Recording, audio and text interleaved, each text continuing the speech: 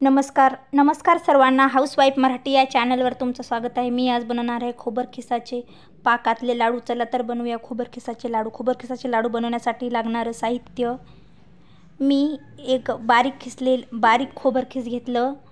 जास्त बारीक आहे ते खोबरखीस मी घेतलं 1.5 वाटी. एका पातेल्यामध्ये मी 1 मोठा कप भरून पाणी घेतलं. याच्यामध्ये इलायची टाकली, इलायचीचे दाणे टाकले.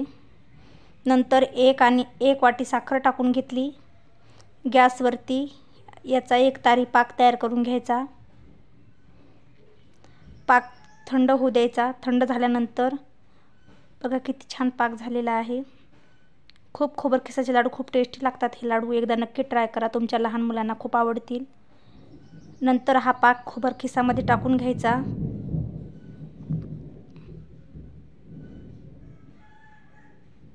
दुकानात मिळतात तसेच हे खोबरखीस तयार होतात बनवून.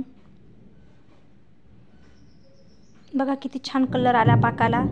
व्यवस्थित मिक्स करून घ्यायचं खोबरखिसामध्ये. हा पाक थंड होऊ द्यायचा. मस्त व्यवस्थित मिक्स करून घ्यायचा.